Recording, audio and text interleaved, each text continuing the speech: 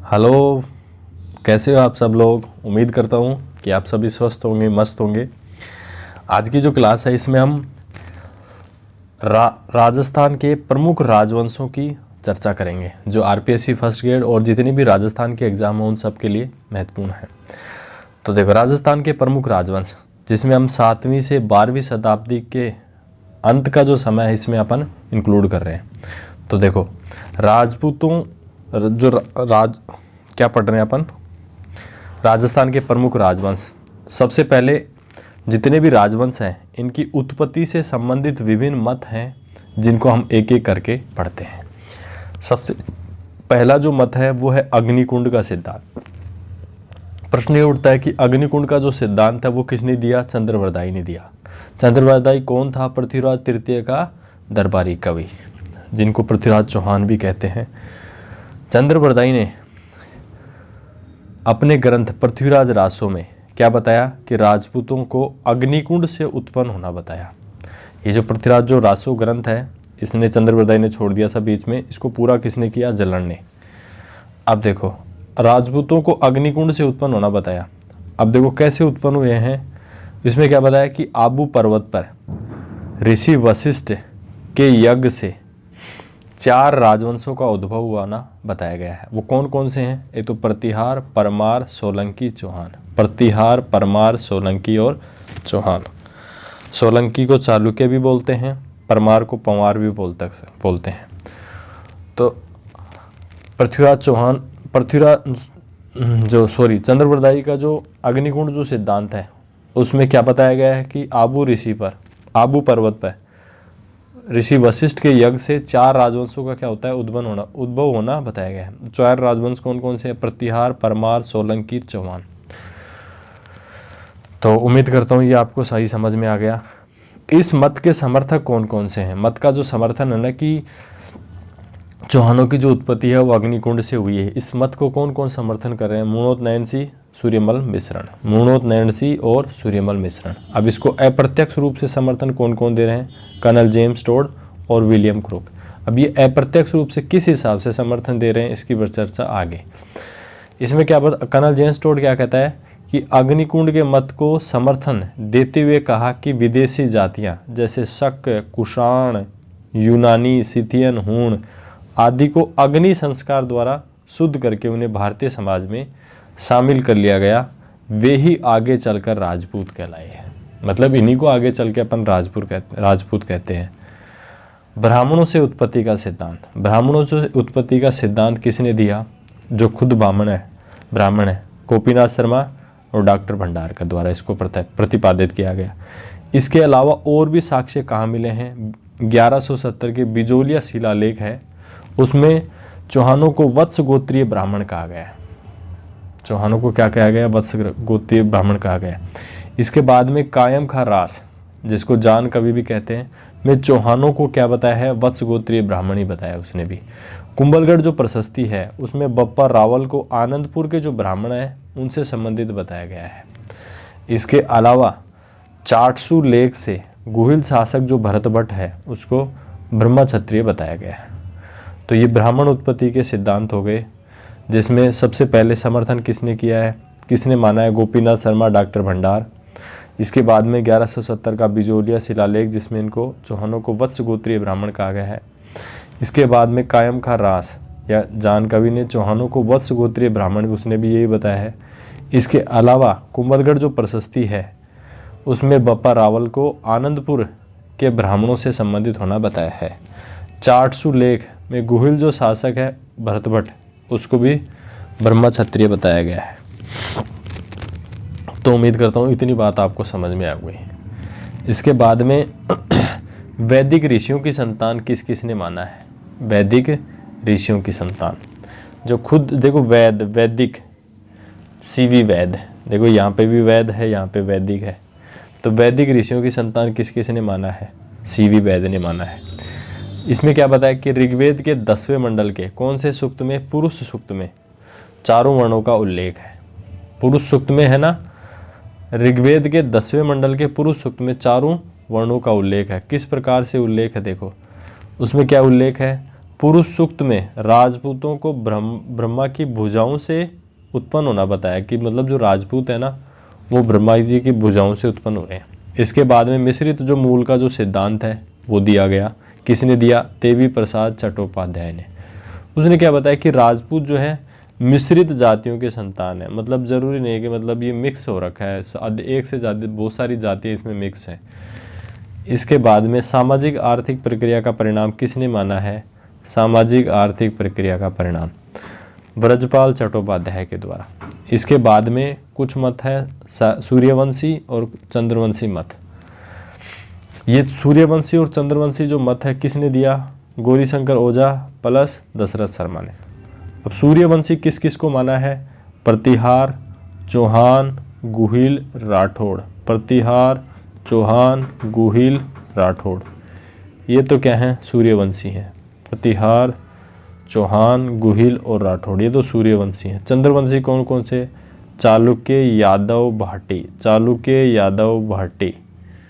चालुक्य, यादव, भाटी। चालुक्य, यादव, भाटी। चालुक्य, यादव, भाटी कैसे है? चंद्रवंशी है। सूर्यवंशी कौन से हैं? प्रतिहार, चौहान, गुहिल, राठौड़। प्रतिहार, चौहान, गुहिल, राठौड़, ये क्या है? सूर्यवंशी। इसके बाद में विदेशी मूल का जो सिद्धांत है वो किसने दिया? कर्नल जेम्स टोड ने दिया, कि मतलब जो ये राजपूत है ना ये तो विदेशी हैं, कर्नल जेम्स टोड के द्वारा। अब देखो इसमें क्या मत है? कर्नल जेम्स टोड और विलियम जो क्रूक है इनको सख या सीथियन मानते हैं। कर्नल जेम्स टोड और विलियम जो क्रूक है इनको क्या मानते हैं? सख या सीथियन। जबकि स्मिथ जो है वो इनको हूणों की संतान मानते हैं, हूण है ये। इसके अलावा कनिंघम जो है, जिनका बोध ताम्रपत्र से एविडेंस मिला है, उसमें इनको यूची कबीला मतलब कुषाण माना है। कनिंघम ने कुषाण, कनिंघम ने कुषाण, कहाँ से? यूची कबीला। इसके बाद में देखो राजपूत शब्द संस्कृत भाषा के राजपुत्र का क्या है? विकृत रूप है। राजपूत जो शब्द है वो संस्कृत भाषा के राजपुत्र शब्द का क्या है? विकृत रूप है। तो ये उत्पत्ति के विभिन्न मत हो गए। उम्मीद करता हूँ ये आपको सही समझ में आ गए होंगे। नेक्स्ट चलते हैं।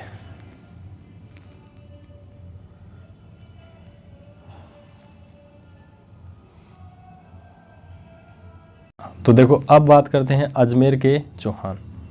अब किसकी बात करते हैं? अजमेर के चौहान। अजमेर के चौहान, इसके जो संस्थापक हैं वो है वासुदेव चौहान थे। राजधानी जो थी अजमेर की चौहानों की अही छत्रपुर या नागौर, ये इसकी राजधानी थी। बिजोलिया शिलालेख के अनुसार वासुदेव जो चौहान ने सांबर झील का निर्माण कराया। देखो बहुत अच्छा क्वेश्चन है कि सांबर झील का जो निर्माण है वो किसने कराया? वासुदेव चौहान ने कराया। इसके बाद में बात करते हैं कि सपादलक्ष के चौहानों का आदि जो पुरुष है, मतलब जहाँ से कोई पीढ़ी स्टार्ट होती है, वो कौन है? वासुदेव चौहान को माना गया है। इसके बाद में है प्रारंभ में चौहान गुर्जर प्रतिहारों के क्या थे? सामंत थे। प्रारंभ में ये क्या थे? गुर्जर जो प्रतिहार उनके क्या हैं? सामंत थे। परंतु गुवक प्रथम ने स्वतंत्र सत्ता की स्थापना की, मतलब इनका एक शासक हुआ गुवक प्रथम, इसने सबसे पहले स्वतंत्र सत्ता की, मतलब एज ए सामंत नहीं स्टार्ट किया, स्वतंत्र सत्ता की स्थापना की। गुवक ने हर्षनाथ के मंदिर का क्या कराया? निर्माण कराया। जो सीकर की हर्षनाथ जो पहाड़ी है ना उस पे जो मंदिर है वो किसने निर्माण कराया? गुवक ने। और जो चौहानों के क्या है? इष्ट देवता है। तो उम्मीद करता हूँ ये बात समझ में आ गई होगी। एक बार फिर से बात कर लेते हैं। हाँ, चौहानों के संस्थापक कौन है? वासुदेव चौहान। राजधानी क्या है? अही छत्रपुर। हाँ, बिजोलिया शिलालेख के अनुसार वासुदेव चौहान ने किस झील का निर्माण कराया? आप कहोगे सर सांबर झील का निर्माण कराया। सपादलक्ष के चौहानों का आदि पुरुष जो है वो कौन है? वासुदेव चौहान को माना गया है। प्रारंभ में जो चौहान थे वो किसके सामंत थे? गुर्जर प्रतिहारों के सामंत थे। लेकिन गुवक जो प्रथम है इसने सर्वप्रथम स्वतंत्र सत्ता की क्या की? स्थापना की। इतना हो गया। गुवक ने हर्षनाथ के मंदिर का क्या कराया? निर्माण कराया। हर्षनाथ के मंदिर का निर्माण किसने कराया? गुवक ने कराया। और जो क्या है? चौहानों के इष्ट देव हैं। हर्षनाथ जी जो मंदिर, इसके बाद में देखो बच्चों बात करते हैं वाकपति फर्स्ट। इसकी उपाधि आपको याद रखनी है, महाराजा की उपाधि इसने धारण की। वाकपति फर्स्ट ने किसकी उपाधि धारण की? महाराजा की उपाधि धारण की। इसके बाद में शासक बनता है सिंहराज। सिंहराज द्वारा महाराजा धीराज की उपाधि धारण की गई। इसके बाद में बनता है विग्रहराज सेकंड। इसके बाद में कौन बनता है? विग्रहराज सेकंड। देखो शासकों का क्रम बिल्कुल ध्यान रखना है। सबसे वासुदेव के बाद में वाकपति, वाकपति के बाद सिंहराज और सिंहराज के बाद विग्रहराज सेकंड। हाँ, चौहानों, प्रारंभिक चौहानों का प्रतापी जो शासक का अंत कौन था? विग्रहराज सेकंड। इन्होंने चालुक्य राजा मूलराज को क्या किया? पराजित किया। विग्रहराज सेकंड ने किसको पराजित किया? चालुक्य राजा मूलराज फर्स्ट को क्या किया? पराजित किया। तथा भड़ोच में अपनी कुलदेवी आशापुरा माता के मंदिर का निर्माण कराया। तो देखो सबसे पहले अपन ने बात की है वाकपति बनता है वासुदेव के बाद में, उसके बाद में बनता है सिंहराज बनता है, उसके बाद में बनता है विग्रहराज सेकंड। अब विग्रहराज सेकंड में देखो उनकी तो उपाधियां थी दो जो आप याद कर लोगे। इसमें विग्रहराज सेकंड के बारे में क्या है? इसने चालुक्य जो राजा है मूलराज फर्स्ट को परास्त किया और भड़ोच में कुलदेवी आशा माता का मंदिर का क्या कराया? निर्माण कराया। तो इसके बारे में यही विशेष बात है। विग्रहराज सेकंड की उपाधि खुर्जा जोंदकार। देखो विग्रहराज सेकंड की उपाधि क्या थी? खुरजोंदकार। खुरजोंदकार किसकी उपाधि थी? विग्रहराज सेकंड की। विग्रहराज सेकंड की उपाधि क्या थी? खुरजोंदकार, ये इसकी उपाधि थी। इसके बाद में राजा बनता है, कौन बनता है? गोविंदराज थर्ड। राजा कौन बनता है? गोविंदराज थर्ड। वैरी भट्ट या शत्रु संहारक की उपाधि इसने धारण की। गोविंदराज थर्ड ने किसकी उपाधि धारण की? वैरी भट्ट या शत्रु संहारक की उपाधि धारण की। तो इसकी उपाधि ध्यान रखनी है, वैरी भट्ट या शत्रु संहारक। अब देखो नेक्स्ट है पृथ्वीराज प्रथम। पृथ्वीराज प्रथम ने क्या किया? 700 चालुक्यों को जो पुष्कर के ब्राह्मणों को लूटने आए थे को मारकर परम भट्टारक महाराजाधिराज की क्या की? उपाधि धारण की। देखो बिल्कुल सही है, पृथ्वीराज प्रथम है जो 700 चालुक्यों को जो पुष्कर के ब्राह्मणों को लूटने के लिए आए थे उनको मारकर परम भट्टारक। देखो इसके बाद में जो पृथ्वीराज चौहान है वो पृथ्वीराज थर्ड है। अब ये प्रथम है, देखो प्रथम में इस बहुत प्रतापी था। 700 चालुक्यों को जो पुष्कर के ब्राह्मणों को लूटने आए थे उनको मारकर परम भट्टारक महाराजाधिराज की उपाधि क्या की? धारण की। इसके बाद में जीर्ण माता मंदिर से प्राप्त लेख से जानकारी प्राप्त, मतलब ये जो जानकारी है ना कि इसने 700 चालुक्यों को पुष्कर के ब्राह्मणों को जो लूटने आए थे उनको मारकर परम भट्टारक महाराजाधिराज की उपाधि धारण की। ये कहाँ से मिलती जानकारी? जीर्ण माता से प्राप्त अभिलेख से जानकारी मिलती है। इसके बाद में प्रबंध कोश, देखो ये किसने लिखा? राजशेखर के द्वारा लिखा गया। प्रबंध कोश जो राजशेखर ने लिखा तुर्क सेना का विजेता बताया गया है। कौन है तुर्क सेना का विजेता? पृथ्वीराज फर्स्ट। कौन है? पृथ्वीराज फर्स्ट। तो आपको ये ध्यान रखना है, राजशेखर के द्वारा रचित ग्रंथ कौन सा है? प्रबंध कोश। राजशेखर के द्वारा रचित ग्रंथ कौन सा है? प्रबंध कोश। राजशेखर के द्वारा प्रसिद्ध ग्रंथ कौन सा है? रचित ग्रंथ कौन सा है? प्रबंध कोश। और इसमें क्या बताया है कि तुर्क सेना का विजेता बताया गया है। किसको बताया है? पृथ्वीराज फर्स्ट को। इसके बाद में शासक बनता है अजयराज। इसका शासनकाल है 1105 से 1133। हाँ, चौहानों के साम्राज्य निर्माण का काल, जो अजयराज का जो काल है वो चौहानों के साम्राज्य निर्माण का काल माना जाता है। अब देखो इन्होंने क्या करा? अजयराज अंकित सिक्के चलाए, मतलब जिन पे अजयराज अंकित था उस नाम से सिक्के चलाए, जिन्हें अजय प्रिय द्रुम कहा जाता था। अजयराज नाम से सिक्के चलाए जिनको क्या कहते थे? अजय प्रिय द्रुम। इन्होंने कुछ सिक्के अपनी रानी सोमलेखा सोमलवती के नाम से भी चलाए। मतलब जो इसने जो कुछ सिक्के हैं ना वो अपनी जो रानी है सोमलेखा या सोमलवती नाम से भी चलाए। अजय राज ने मालवा के परमार शासक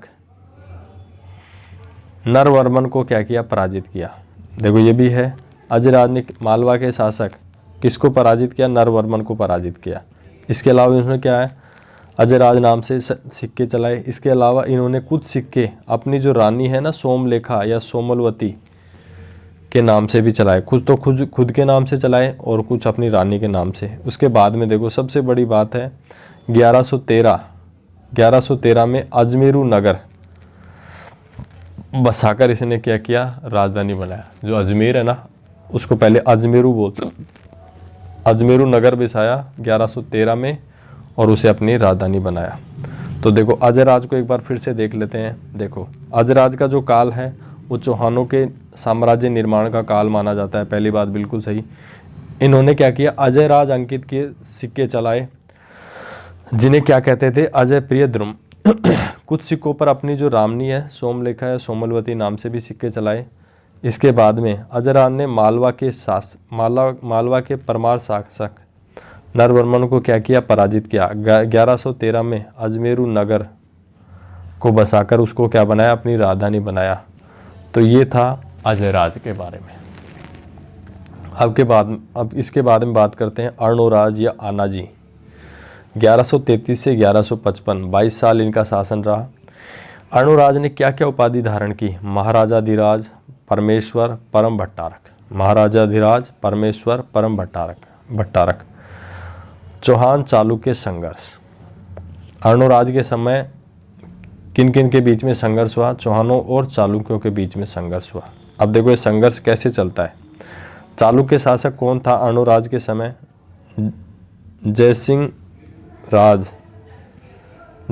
सिद्धराज और बाद में बना कुमारपाल। 1134 में अर्णोराज द्वारा चालुक्य शासक जयसिंह सिद्धराज को क्या कराया, हराया गया। 34 में 1 साल बाद में हरा दिया। जयसिंह ने अपनी पुत्री कांचन देवी का जो विवाद है अर्णोराज से कर दिया।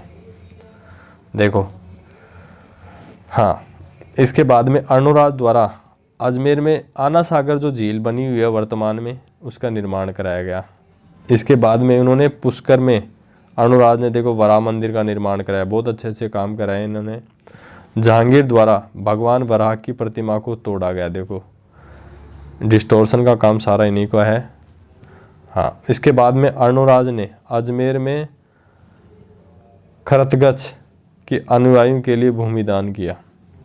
खरतगच्छ के जो अनुयायी थे उनके लिए क्या किया, भूमिदान किया। इनके दरबार में देवघोष और धर्मघोष नाम के 2 विद्वान थे। बहुत अच्छा क्वेश्चन है ये। अर्णोराज के दरबार में देवघोष और धर्मघोष नाम के 2 विद्वान थे। अर्णोराज की हत्या उसके पुत्र जगदेव ने की। देखो ये थोड़ा दर्दनाक हादसा हो गया। तो देखो अर्णोराज के बारे में सारा 1-2 मिनट में पढ़ लेते हैं सारा दोबारा से। अर्णोराज की उपाधि क्या है, महाराजाधिराज, परमेश्वर, परम भट्टारक। ये तो इसकी उपाधि हो गई। अर्णोराज के समय चौहानों और चालुक्यों के बीच में संघर्ष होता है, बिल्कुल सही होता है। चालुक्य शासक कौन सा, जयसिंह सिंहराज और बाद में बना कुमारपाल। अब देखो 33 में तो ये बना है। तो 1134 में अर्णोराज द्वारा चालुक्य जो शासक है सिद्धराज को हराया गया, जयसिंह सिद्धराज को हराया गया।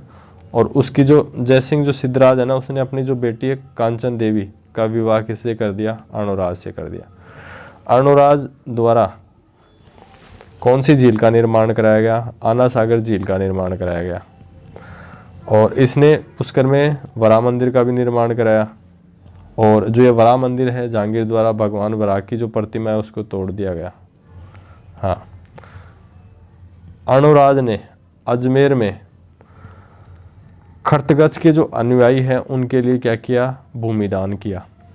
बताओ अर्णोराज के दरबार में 2 विद्वान थे, कौन कौन से थे, देवघोष और धर्मघोष नाम से 2 विद्वान थे अर्णोराज के दरबार में। अर्णोराज की जो हत्या है ना उसके पुत्र जगदेव ने की। तो अर्णोराज के बारे में उम्मीद करता है हमने 2 बार पढ़ लिया, आपको अच्छे से समझ में आ गया होगा। इसके बाद में बात करते हैं विग्रहराज चतुर्थ। देखो काफ़ी फेमस राजा है विग्रहराज चतुर्थ 1158 से 1163। इनकी उपाधि हैं कवि बांधव, कटिबंधु और बिसलदेव। कवि बांधव, कटिबंधु और बिसलदेव किसकी उपाधि हैं? विग्रहराज चतुर्थ की। अब देखो विग्रहराज चतुर्थ द्वारा लाहौर के शासक अमीर खुसरू शाह को पराजित किया गया। विग्रहराज चतुर्थ ने किसको पराजित किया? लाहौर के जो शासक है अमीर खुसरू शाह को पराजित किया गया तथा दिल्ली के तोमर शासक को परास्त कर दिल्ली को अपने राज्य में मिलाया। देखो कितनी बड़ी बात है। सबसे पहले विग्रहराज चतुर्थ ने लाहौर का जो शासक है ना अमीर खुसरू शाह है उसको तो पराजित किया, और उसके बाद में दिल्ली के जो तोमर शासक है उसको परास्त किया और दिल्ली को अपने राज्य में मिला लिया। इसके बाद में विग्रहराज ने हरिकेली नाटक की रचना की। देखो ये काफ़ी फेमस है। विग्रहराज चतुर्थ ने किसकी रचना की? हरिकेली नाटक की रचना की। इसके बाद में देखते हैं, इसके अलावा अजमेर में एक संस्कृत पाठशाला का इसने निर्माण कराया जिसे कालांतर में मोहम्मद गोरी के सेनापति कुतुबुद्दीन ऐबक द्वारा 2.5 दिन के झोंपड़े में क्या कर दिया गया? परिवर्तित कर दिया गया। एक तो हरिकेली नाटक की रचना की, संस्कृत पाठशाला का निर्माण कराया, जो कालांतर में मोहम्मद गोरी का जो सेनापति था कुतुबुद्दीन ऐबक उसने इसको किस में कन्वर्ट कर दिया? 2.5 दिन के झोंपड़े में कन्वर्ट कर दिया। 2.5 दिन का उर्स पंजा शाह का। 2.5 दिन का जो उर्स है ना किसका फेमस है? पंजा शाह का। अब देखो विग्रहराज चतुर्थ की और भी आगे बातें करते हैं। विग्रहराज चतुर्थ द्वारा जैन धर्म घोषसूरी के सुझाव पर एकादशी के दिन पशुवध को प्रतिबंधित कर दिया। देखो जैन धर्म घोषसूरी के सुझाव पर एकादशी मतलब 11 के दिन पशुवध को प्रतिबंधित कर दिया। किसने कर दिया? विग्रहराज चतुर्थ ने। इसके बाद में ललित विग्रहराज एक बुक का नाम है, इसके लेखक हैं सोमदेव। ललित विग्रहराज के लेखक कौन है? सोमदेव। ललित विग्रहराज सोमदेव, ललित विग्रहराज सोमदेव, ललित विग्रहराज सोमदेव। हाँ, इसमें इंद्रपुर की राजकुमारी देसल देवी और बिसल देव का प्रेम प्रसंग का वर्णन है। ललित विग्रहराज की रचना किसने की? सोमदेव ने की। इसमें है क्या? इंद्रपुर की जो राजकुमारी है ना देसल देवी और बिसल देव का प्रेम प्रसंग का इसमें वर्णन किया गया है। तो उम्मीद करता हूँ इतना समझ में आपको आ गया। अब देखो बिसलदेव रासो नाम से एक बुक है जिसका लेखक है नरपति नल। बिसलदेव रासो में क्या है? राजमती और बिसलदेव के प्रेम प्रसंग का क्या है? वर्णन मिलता है। बिसलदेव रासो, नरपति नल। और इससे पहले कौन सी थी? ललित विग्रहराज सोमदेव।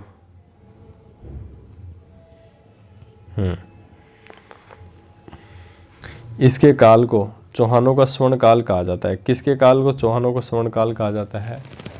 बिसलदेव चतुर्थ या विग्रहराज चतुर्थ। टोंक में बिसल सागर झील व बिसलपुर कस्बा बसाया। देखो बिसलदेव ने क्या किया? टोंक में बिसल सागर झील और बिसलपुर कस्बा बसाया। इसके आगे देखते हैं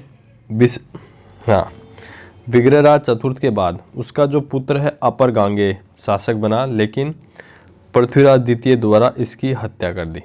सबसे पहले तो किसकी? अर्णोराज की हत्या की थी। किसने की थी? जगदेव ने। देखो यहाँ पे अपन ने पढ़ा था। हाँ, अर्णोराज की हत्या किसने की? जगदेव ने। अब इसके बाद में अपर गांगेय की भी हत्या हो गई जो विग्रहराज चतुर्थ का बेटा था। हाँ, इसके बाद में पृथ्वीराज द्वितीय की निसंतान मृत्यु होने पर उसका चाचा सोमेश्वर अजमेर का शासक बना।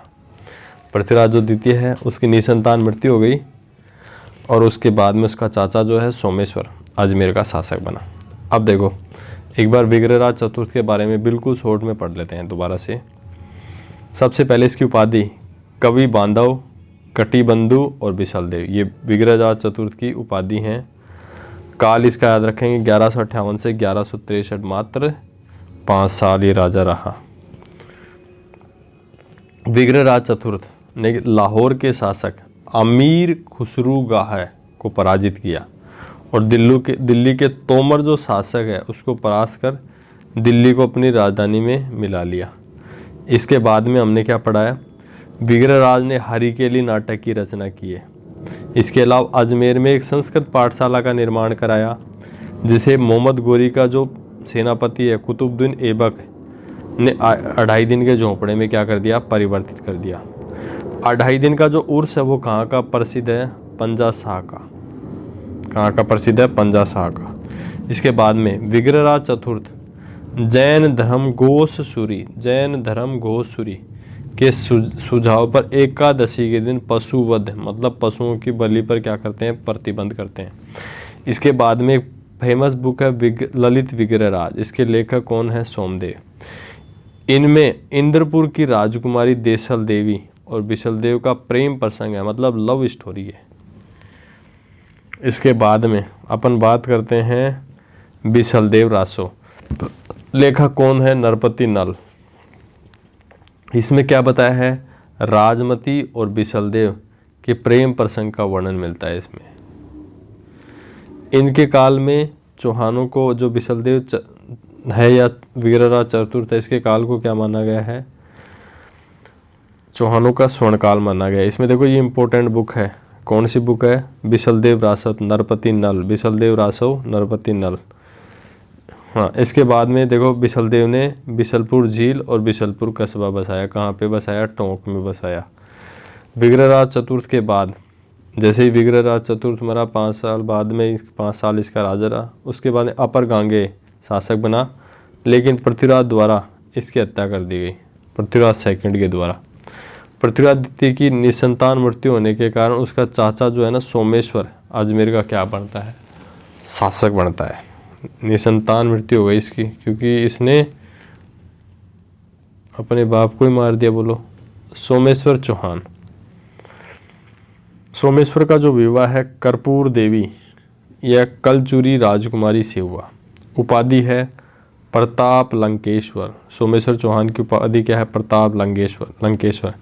इन्हीं का जो पुत्र था पृथ्वीराज तृतीय या हरिराज, पृथ्वीराज तृतीय हरिराज। अब देखो सोमेश्वर के बारे में बिल्कुल संक्षिप्त में बात करेंगे। सोमेश्वर का जो विवाह है कर्पूर देवी या कलचुरी राजकुमारी से हुआ, और इसने कौन सी उपाधि धारण की, प्रताप लंकेश्वर की उपाधि किसने धारण की, सोमेश्वर चौहान ने। इसका जो पुत्र था पृथ्वीराज तृतीय था। कौन था, पृथ्वीराज तृतीय। अब अंतिम चौहान शासक पृथ्वीराज चौहान की अपन बात करेंगे, अजमेर के अंतिम चौहान शासक। हाँ, अब नेक्स्ट बात करेंगे अपन पृथ्वीराज तृतीय या पृथ्वीराज चौहान की। 1177 से 1192 ये इसका शासनकाल रहा। 77 80 3 साल तो ये और 12 साल ये, 15 साल पृथ्वीराज चौहान या पृथ्वीराज तृतीय का क्या रहता है, शासन। जन्म कहाँ हुआ, 1166 में अनहिलवाड़ गुजरात में इसका जन्म हुआ। पिता इसके सोमेश्वर है, माता कर्पूर देवी है। इसका जो मंत्री है कदम्बवास या कैम्बवास नाम से है। सेनापति है भुवन कैमल, और इसकी जो उपाधि है राय पिथोरा और दल पुंगल, जिसको विश्व विजेता कहा गया है। देखो पृथ्वीराज तृतीय द्वारा अपने चचेरे भाई नागार्जुन का दमन तथा 1182 में भंडानको जाति को क्या किया गया, पराजित किया। पृथ्वीराज तृतीय ने क्या किया, अपने जो चचेरा भाई है ना नागार्जुन, इसका क्या किया, दमन किया, और 1182 में भंडानको जाति है उसको पराजित किया। इसके बाद में 1182 में पृथ्वीराज ने चंदेल राजा परमर्दी देव को क्या किया, पराजित कर अपना अधिकार। तो 1182 में पृथ्वीराज ने चंदेल राजा परमर्दी देव को क्या कर, पराजित कर अपना अधिकार किया। पृथ्वीराज ने पंजुन राय को महोबा का क्या कर दिया, उत्तराधिकारी नियुक्त कर दिया। इस संघर्ष में परमर्दी देव के सेना नायक आला उदल पृथ्वीराज के विरुद्ध युद्ध में वीरगति को प्राप्त हो गए। अब देखो चौहान चालुक्य संघर्ष। पृथ्वीराज के टाइम पे चौहान और चालुक्यों के बीच में संघर्ष रहा। इस संघर्ष का जो कारण है वो पृथ्वीराज तृतीय तथा चालुक्य नरेश भीमसिंह द्वितीय द्वारा आबू के शासक सालक की पुत्री इच्छिनी से विवाह करना चाहते थे।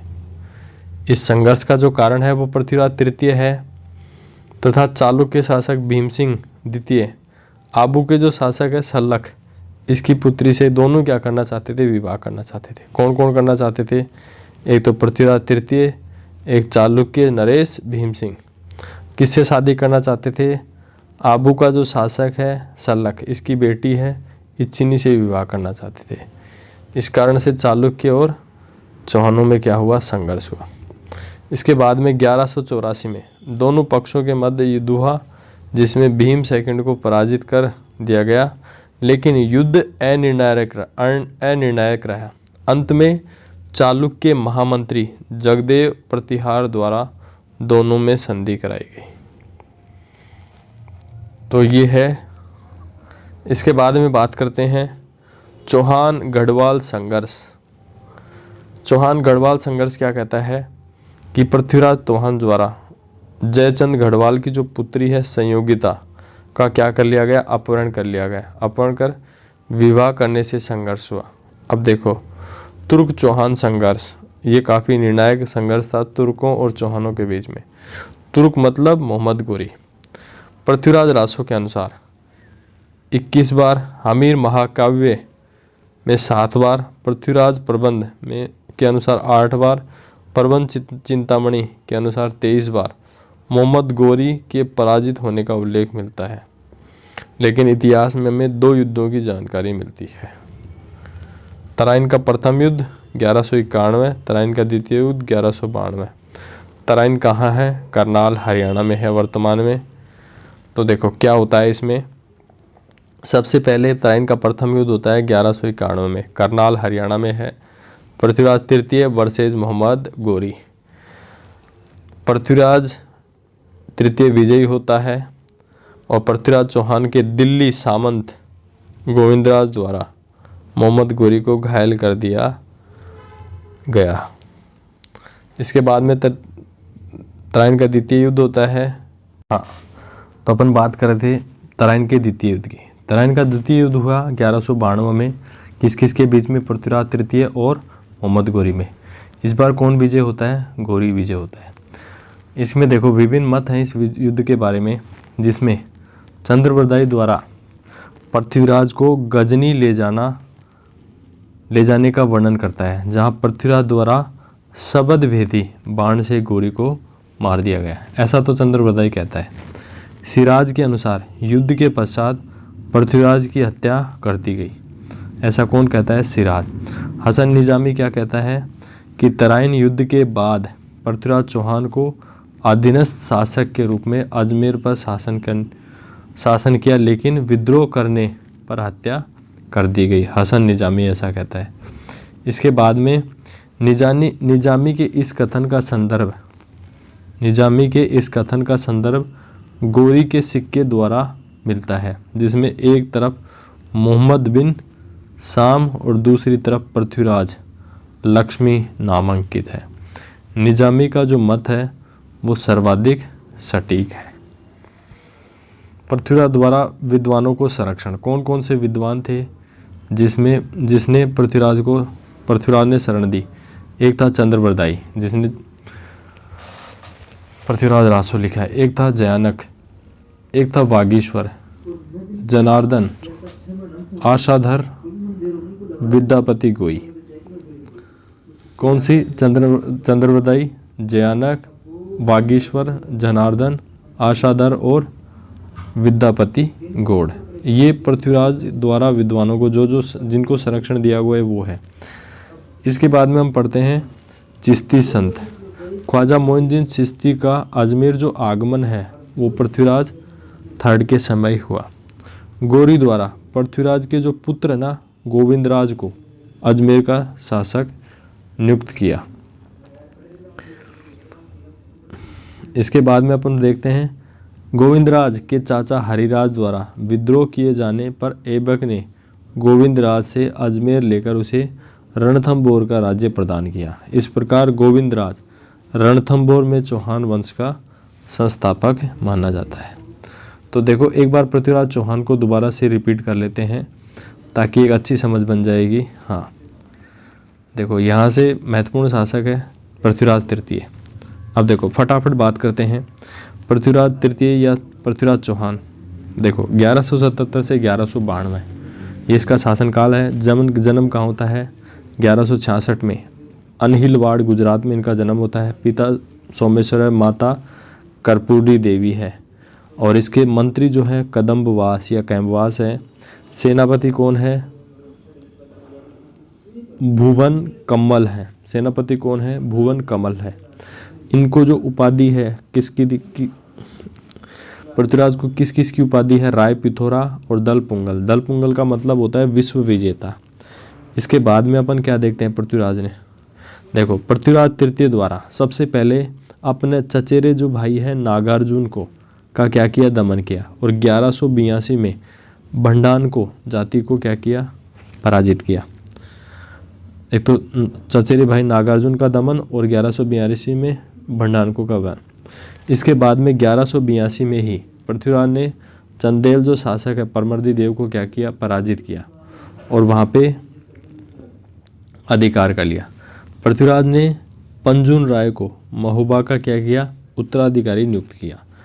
इसके बाद में अपन देखते हैं इस संघर्ष में परमर्दी देव का जो सेना नायक है, देखो आला और उदल पृथ्वीराज के विरुद्ध युद्ध में क्या हुए? वीर गति को प्राप्त हुई। इसके बाद में पृथ्वीराज के समय चौहान और चालुक्यों के बीच में एक संघर्ष होता है। इस संघर्ष का जो कारण है, संघर्ष का कारण क्या है? पृथ्वीराज तृतीय और चालुक्य नरेश भीमसिंह द्वितीय, ये तो तृतीय ये भीमसिंह द्वितीय द्वारा आबू का जो शासक है ना सलख, इसकी पुत्री है इच्छिनी से विवाह करना चाहता था। देखो कौन कौन से हैं?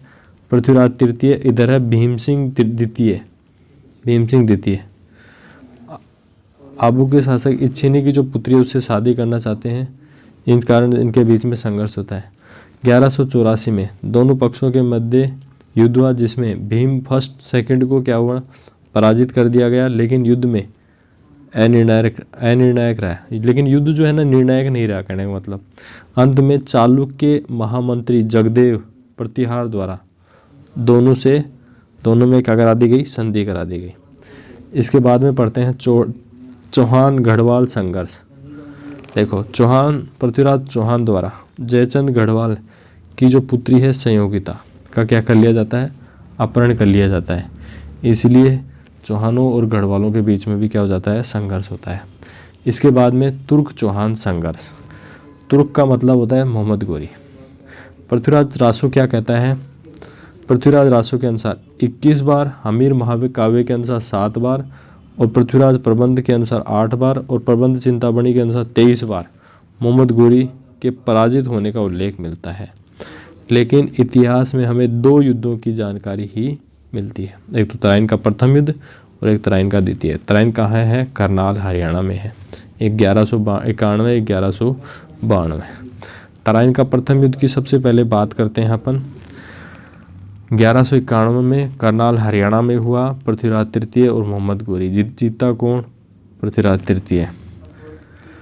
पृथ्वीराज चौहान के दिल्ली सामंत गोविंदराज द्वारा मोहम्मद गोरी को घायल कर दिया गया। दिल्ली का जो सामंत था गोविंदराज ने क्या किया? मोहम्मद गोरी को घायल कर दिया। इसके बाद में तराइन का द्वितीय युद्ध जो 1192 में हुआ। पृथ्वीराज तृतीय और मोहम्मद गोरी। विजयी कौन रहता है? गोरी रहता है। अब देखो इस युद्ध के बारे में विभिन्न विद्वानों के अलग अलग मत है। जैसे चंद्रबरदाई क्या कहता है? पृथ्वीराज को गजनी ले जाने का वर्णन मिलता है। मतलब ये सबसे पहले पृथ्वीराज को गजनी लेके गया, जहाँ पृथ्वीराज द्वारा एक शब्द वेदी बाण मारा जाता है और पृथ्वीराज को मार दिया जाता है। सिराज क्या कहता है? सिराज के अनुसार युद्ध के पश्चात पृथ्वीराज की हत्या कर दी गई। सिराज क्या कहता है? युद्ध के पश्चात पृथ्वीराज की हत्या कर दी। इसके बाद में हसन जो निजामी है इसने क्या कहा? तराइन युद्ध के बाद पृथ्वीराज चौहान को अधीनस्थ शासक के रूप में अजमेर पर शासन किया, लेकिन विद्रोह करने पर इसकी क्या कर दी, हत्या कर दी। कौन कहता है, हसन निजामी। अब देखो निजामी के इस कथन का संदर्भ जो है ना गोरी के सिक्कों द्वारा मिलता है, जिसमें एक तरफ मोहम्मद बिन साम और दूसरी तरफ पृथ्वीराज मतलब लक्ष्मी नाम अंकित है। निजामी का जो मत है वो सर्वाधिक सटीक है। अब हम बात करते हैं पृथ्वीराज जो चौहान या पृथ्वीराज तृतीय था, इसने किन किन विद्वानों को संरक्षण दिया। चंद्रवरदाई, जयानक, वागीश्वर, जनार्दन, आशाधर, विद्यापति गौड़। चंद्रवरदाई, जयानक, वागीश्वर, जनार्दन, आशाधर और विद्यापति गौड़। इन विद्वानों को चंद्रवरदाई के द्वारा पृथ्वीराज तृतीय के द्वारा शरण दी गई। इसके बाद में चिश्ती संत, जो ख्वाजा मोइनुद्दीन चिश्ती है, उसका जो अजमेर जो आगमन है वो मोहम्मद गोरी के साथ आता है, तो पृथ्वीराज चौहान के तृतीय के टाइम पे आता है। गोरी द्वारा पृथ्वीराज के पुत्र गोविंद राज को अजमेर का शासक नियुक्त किया गया।